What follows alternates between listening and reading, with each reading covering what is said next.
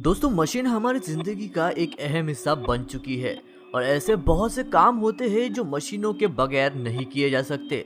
और ऐसी बहुत सारी मशीनें हैं जो हमारी रोजमर्रा की जिंदगी में इस्तेमाल किए जाने वाले खाने पीने की चीजों को बनाती है। तो आज की वीडियो में हम आपको कुछ ऐसे ही कमाल की खाने पीने की चीजें बनाने वाली मशीनों को दिखाएंगे जो आपने इससे पहले कभी नहीं देखी होगी। नंबर 1 पर आता है डेयरी मिल्क। दोस्तों डेयरी मिल्क एक ऐसी चॉकलेट है जो भारत के हर एक बच्चे ने खाई होगी और यह चॉकलेट बच्चों से लेकर बड़ों तक सबको पसंद होती है। लेकिन दोस्तों क्या आप जानते हैं कि इन्हें फैक्ट्री में कैसे बनाया जाता है? तो चलिए देखते हैं कि डेयरी मिल्क को फैक्ट्री में कैसे तैयार किया जाता है। कैडबरी को बनाने के लिए कोको बीन्स का इस्तेमाल किया जाता है। सबसे पहले कोको बीन्स और कोको मक्खन के मिक्सचर को बना लिया जाता है और फिर इन्हें एक मशीन में डालकर दूध के साथ 5 से 7 घंटों तक मिक्स किया जाता है और फिर इस मिश्रण को ओवन में लगभग 3 घंटे तक पकाया जाता है, जिसका उपयोग डेयरी मिल्क बनाने के लिए किया जाता है। और इसके बाद इन्हें एक व्हील से गुजारा जाता है जहां पर इनके अंदर कोको मक्खन डाला जाता है और फिर इन चॉकलेट को 3 स्टेज से गुजारा जाता है, जिसमें पहले स्टेज में चॉकलेट के ऊपर हाई प्रेशर डाला जाता है और दूसरे स्टेज में इस पर तड़का दिया जाता है जिससे चॉकलेट की चिकनाई निखर कर आती है और चॉकलेट देखने में फ्रेश लगती है। और तीसरे स्टेज में इन्हें ठंडा करके डेयरी मिल्क का शेप दे दिया जाता है जहां पर यह ठंडा होने के बाद ठोस हो जाते हैं और फिर चॉकलेट बनकर तैयार हो जाती है, जिन्हें बाद में कंपनी के पैकेट्स में डालकर पैक कर लिया जाता है। अब नंबर 2 पर आता है ऑरेंज जूस। इसे बनाने का प्रोसेस तो बहुत ही सिंपल होता है मगर यह देखने में काफी इंटरेस्टिंग लगता है। और दोस्तों मुझे यह लगता है कि आप यह जानना पसंद करेंगे कि ऑरेंज जूस जिसे आप मार्केट से खरीद कर पीते हैं आखिरकार उन्हें फैक्ट्री में कैसे बनाया जाता है। इसको बनाने के लिए 2 तरीकों के इक्विपमेंट्स का इस्तेमाल किया जाता है। पहला इक्विपमेंट होता है जिसमें एक बहुत ही तेज धारदार चाकू होता है जो पेड़ों से संतरों को काटता है और फिर एक सक्षम पंप के जरिए इन संतरों को उठा लिया जाता है और एक मशीन में डाला जाता है जो संतरों को घुमाकर निचोड़कर उसका जूस निकाल देता है। और इस प्रोसेस का इस्तेमाल इसीलिए किया जाता है ताकि ऑरेंज जूस कड़वा ना हो सके। और जूस निकालने के बाद इन्हें फिल्टर किया जाता है जहां पर जूस के अंदर से इम्प्योरिटीज और इनके बीजों को निकाल लिया जाता है और फिर इन्हें टेस्ट किया जाता है। उसके बाद इन्हें बॉटल्स में भरकर पैक कर लिया जाता है। अब नंबर 3 पर आता है पिज्जा मेकिंग।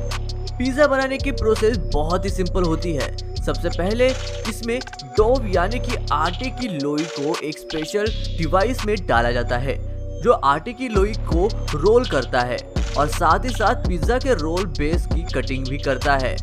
और उसके बाद इन्हें कन्वेयर बेल्ट के जरिए दूसरे मशीन की तरफ भेजा जाता है जहां पर ऑटोमेटिक मशीन के जरिए पिज्जा बेस पर सॉफ्ट फैला दिया जाता है और फिर पिज्जा बेस बनकर तैयार हो जाता है। और जब एक बार यह बेस तैयार हो जाता है तो इन पर चीज और अन्य पदार्थों का छिड़काव किया जाता है और उसके बाद इन्हें ओवन में डालकर पका लिया जाता है और फिर पिज्जा पूरी तरीके से बनकर तैयार हो जाता है जिसे बाद में पैक करके मार्केट में बेचने के लिए भेज दिया जाता है। अब अगले नंबर पर आता है केचप। केचप को बनाने के लिए मेन इंग्रेडिएंट होता है टोमेटो पेस्ट, जिससे फैक्ट्री में एक स्पेशल पैकेजिंग में लाया जाता है ताकि पेस्ट की खुशबू और टेस्ट खराब न हो। और जब यह फैक्ट्री में पहुंच जाते हैं तो फिर इन्हें एक बड़े कंटेनर में डालकर अन्य पदार्थ जैसे कि नमक, शक्कर और विनेगर के साथ मिक्स कर लिया जाता है और फिर केचप पैस्चराइजर में करीब 100 डिग्री सेल्सियस पर गर्म किया जाता है जिसकी वजह से इसके अंदर के बैक्टीरिया मर जाते हैं और केचप बनकर तैयार हो जाता है। और इसके बाद काम शुरू होता है इनकी पैकेजिंग का, जहां पर केचप की बोतल्स को एक स्पेशल कूलिंग सिस्टम से गुजारा जाता है और उसके बाद मशीन के जरिए इन बोतल्स में केचप भर लिया जाता है और फिर बोतल्स को चेक करके उन पर कंपनी का लोगो लगा दिया जाता है। अब बात करते हैं मस्टर्ड ऑयल की। दोस्तों मस्टर्ड ऑयल यानी कि सरसों का तेल, इसको बनाने के लिए सबसे पहले खेतों में उगाई गई सारी सरसों को काट लिया जाता है और फिर एक मशीन के जरिए सरसों के सारे दाने निकाल लिए जाते हैं और फिर सारे सरसों के दानों को एक कन्वेयर बेल्ट के जरिए आगे दूसरी मशीन की तरफ भेजा जाता है और फिर फैक्ट्री में कई सारी चक्कियां लगी होती है जहां दानों को पीसा जाता है। और आपको बता दें कि यह चक्की सरसों के दानों को पीसकर इनका सारा तेल निकाल लेती है और इसके बाद तेल में किसी भी तरह की इम्प्यूरिटीज ना हो और तेल एकदम शुद्ध हो, इसीलिए इसे फिल्टर कर लिया जाता है और फिर सारा तेल एक टंकी में डाल दिया जाता है। और उसके बाद काम शुरू होता है इनको बोतल में पैक करने का और इसे मशीन के द्वारा बोतल में भरकर इस पर कंपनी अपना ब्रांड का स्टिकर लगा देती है और इस तरह से सरसों का तेल फैक्ट्री में बनकर पूरी तरीके से तैयार हो जाता है। अब बात करते हैं हाजमोला मैन्युफैक्चरिंग की। दोस्तों, हाजमोला एक ऐसी चीज है जो आपको भारत के हर एक घर में मिल जाएगी, जिसे सभी खाना पसंद करते हैं। बच्चे इसे मजे से खाते हैं तो वही बूढ़े इसे पाचन के लिए खाते हैं। मगर दोस्तों, क्या आप जानते हैं कि इन्हें फैक्ट्री में कैसे बनाया जाता है? तो चलिए देखते हैं कि हाजमोला को फैक्ट्री में कैसे बनाया जाता है।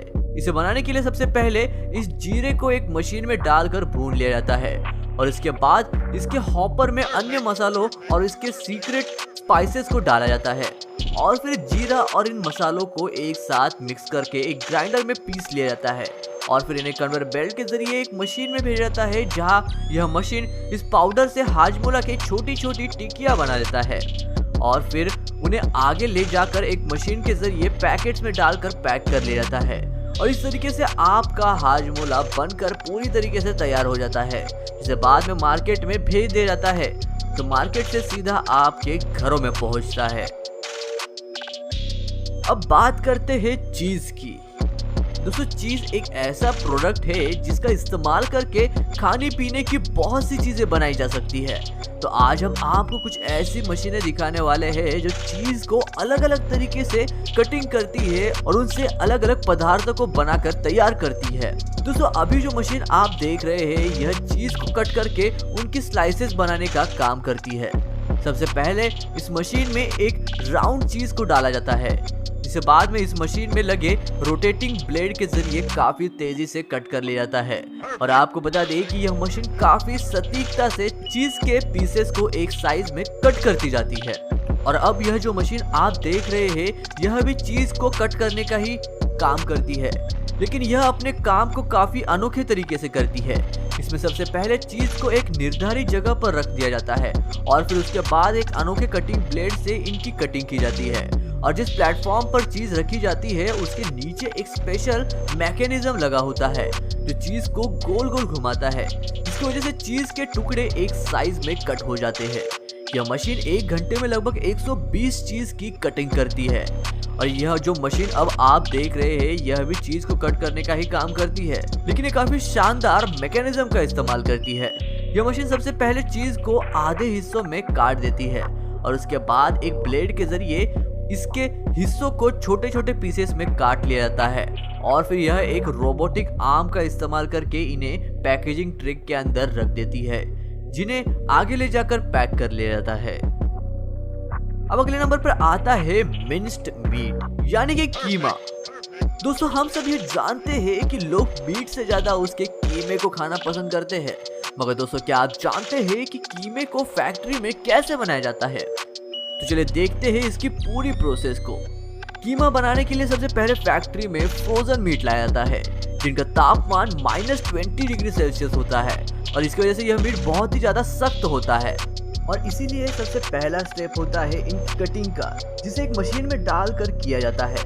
आप देख सकते हैं कि यह कटिंग मशीन भी काफी अनोखी है, जो मीट को काटते ही उनको अलग अलग 3 पीसेस भी बांट देती है, जिसकी वजह से प्रोडक्शन रेट काफी बढ़ जाता है। और कटिंग के बाद इस मीट को एक बहुत बड़े ग्राइंडर में डालकर मीट को ग्राइंड कर लिया जाता है और फिर एक स्पेशल मशीन के जरिए मिन्स मीट यानी कि कीमे को बाहर निकाला जाता है और इस तरीके से कीमा फैक्ट्री में बनकर पूरी तरीके से तैयार हो जाता है, जिसे बाद में सुपरमार्केट और रिटेल शॉप में भेजा जाता है।